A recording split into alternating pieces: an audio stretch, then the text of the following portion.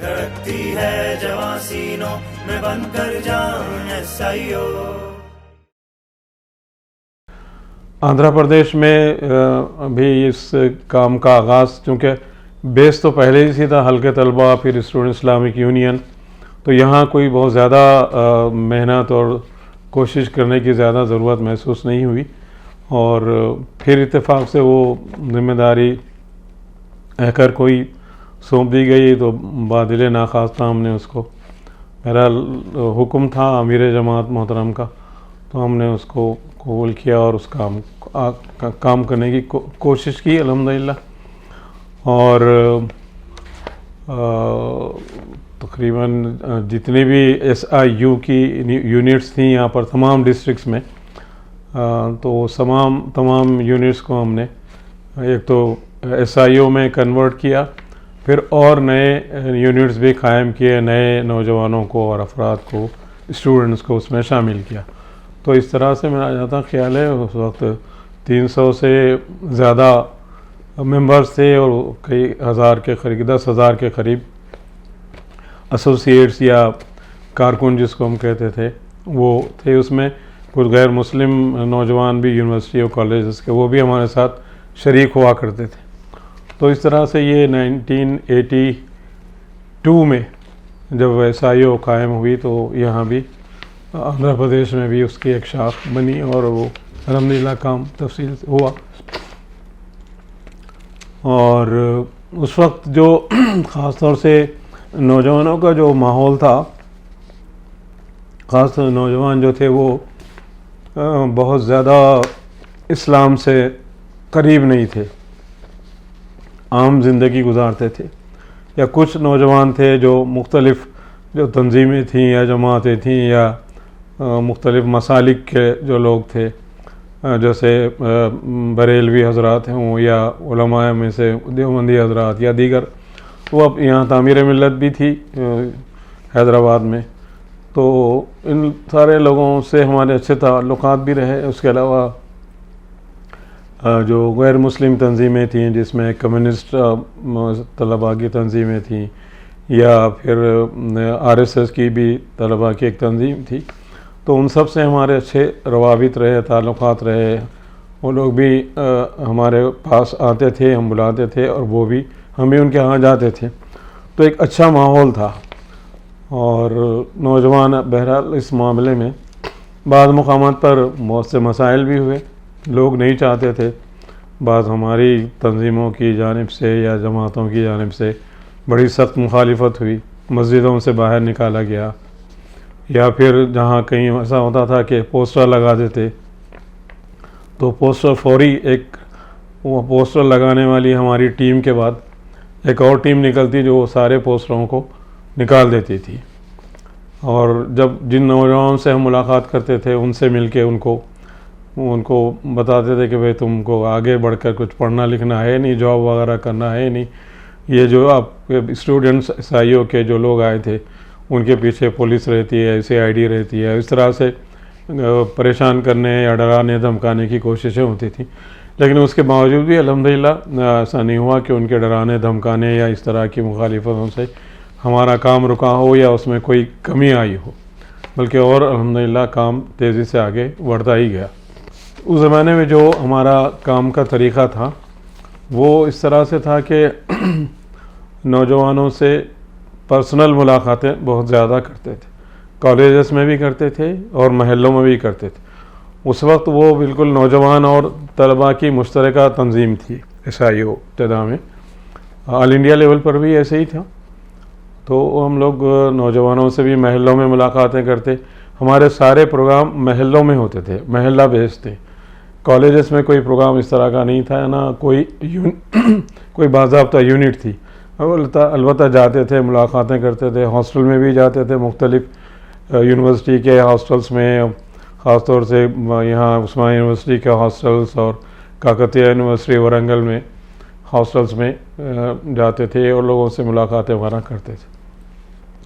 بیشتر نوجوان ہماری بات کو سمجھتے تھے، اس لیے کہ سب سے اہم بات یہ تھی اصل میں کہ نوجوانوں کے اندر ایک شدید قسم کی کمی محسوس ہوتی تھی کہ کوئی ہماری آرگنائزیشن ہو, کوئی ہماری تنظیم ہو, کیونکہ وہ دیکھتے تھے کہ ہندوتوا اس زمانے میں RSS اور اس طرح کے لوگوں کی یا کمیونسٹوں کی یا دیگر لوگوں کی تنظیمیں ہیں, نوجوان ہیں جو کام کر رہے ہیں ان کے لیے. ہمارے مسلمانوں کے اندر خاص طور سے کوئی تنظیم نہیں تھی مسلم نوجوانوں کے لیے. تو ایک طرح کا بہت بڑا اٹریکشن بھی تھا اور ان کی ضرورت بھی تھی. تو اس کی وجہ سے بھی الحمدللہ ہم کو بہت آسانی ہوتی رہی کام کرنے میں. ایک بہت بڑی تعداد ہماری ساتھ ہماری اس آرگنائزیشن SIO کے ساتھ ہو گئی تھی. اور اس طرح سے اس کا جو تنظیمی ڈھانچہ تھا وہ صدر حلقہ ZAC تھی. اس طرح سے آج کل جس طرح سے DOs وغیرہ تھے, یونٹی جو تھی مقامی اس کے پریزیڈنٹ ہوا کرتے تھے. کام کا تقریباً وہی نقشہ تھا جو آج بھی ہے تقریباً, تو اس میں کوئی بہت بڑی تبدیلی نہیں ہوئی. تو تنظیم کا کام جس کو ہم کہہ سکتے ہیں خالص تنظیمی کام, جس کو فائلنگ اور رپورٹنگ اور اس طرح کی جو چیزیں ہوتی ہیں, اس میں ہمارا وقت بہت کم لگتا تھا.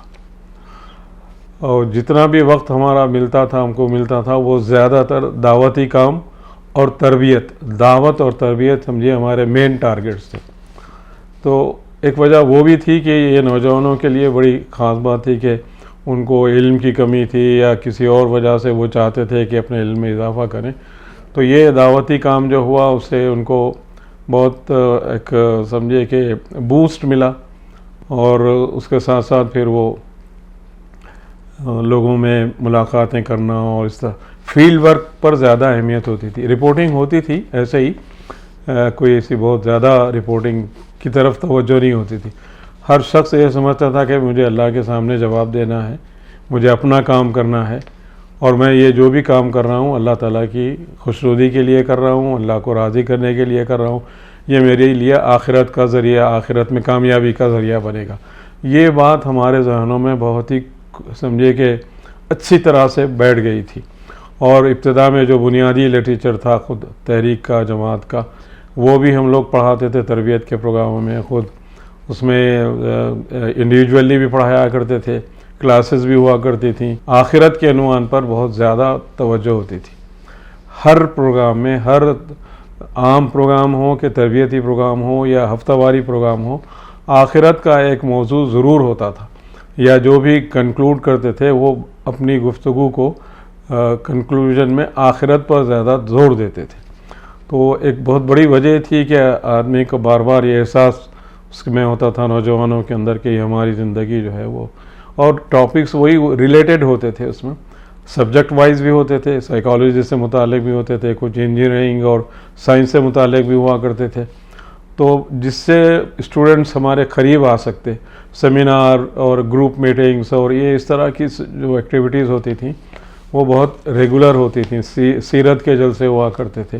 خود یونیورسٹی میں باضابطہ طور پر جب حلقہ طلبہ تھا تو عثمان یونیورسٹی میں ہاسٹلز تھے ہم لوگ, تو سیرت کا جلسہ ہوتا تھا. تو یونیورسٹی میں ایک وہ ایونٹ ہوتا تھا خاص طور سے, اس میں مسلم غیر مسلم بہت پورے جتنے اسٹوڈنٹس ہاسٹلرز اور جتنے اسٹوڈنٹس تھے وہ ہزاروں کی تعداد میں وہ وہاں جمع ہوتے تھے اور اچھی تقریریں ہوتی تھیں. تو یہ اس طرح کی ایکٹیویٹیز ہماری رہی ہیں جو زیادہ تر نوجوانوں کے لیے بھی سوٹیبل ہوتی تھیں اور اسٹوڈنٹس کے لیے بھی سوٹیبل ہوتی تھی. یہ چند باتیں ذہن میں آئی ہیں, اور بھی ہو سکتی ہیں کچھ ہوں, لیکن میرا خیال یہ ہے کہ جس دور کی بات مجھے کرنی تھی جس میں 1982 سے 83 تک وہ ایک سال ہماری ذمہ داری رہی, تو اس کے بعد پھر ہم کو مرکز بلا لیا گیا تھا, فائنانس کی ذمہ داری رہی. تو SIO سے ریٹائرڈ ہونے کے بعد بھی الحمدللہ SIO کے ساتھ ہی کام کرتے رہے رکن بننے تک 92 میں میرے خیال میں. تو یہ مختصر سی گفتگو ہے. اللہ کرے کہ اس کے ذریعے سے ہم کو بھی فائدہ پہنچے, اور جو جن لوگوں نے, جن ہمارے ساتھیوں نے جو بہت سے ہمارے اس وقت موجود ہیں جو SIO میں تھے, SIU میں تھے, الحمدللہ آج بھی وہ تحریک سے وابستہ ہیں. ان میں بہت سے ایسے ہیں جو اس وقت جو SIO کا یہاں جو کیڈر ہے جماعت کے اندر, میرے خیال میں 95% SIO سے ریٹائرڈ یا SIO کے ہی نوجوان ہیں، اور بلکہ اس میں SIU سے بھی وابستہ لوگ ہیں، ابھی تک بھی ہیں۔ تو ایک سلسلہ ہے الحمدللہ جو چل رہا ہے۔ اللہ تعالیٰ سے دعا ہے کہ اللہ تعالیٰ اس سلسلے کو قیامت تک جاری رکھے، اور جن لوگوں نے اس میں اپنا حصہ ادا کیا ہے اللہ تعالیٰ جو مرحوم ہو چکے ہیں ان کی اللہ تعالیٰ مغفرت کرے اور ان کے لیے آخرت کا ذخیرہ بنائے، اور جو زندہ ہیں اللہ تعالیٰ ان کو صحت و عافیت کے ساتھ اس قافلے میں چلنے کی توفیق عطا فرماتا رہے۔ وآخر دعوانا ان الحمدللہ رب العالمین۔ دھڑکتی ہے جواں سینوں میں بن کر جان SIO۔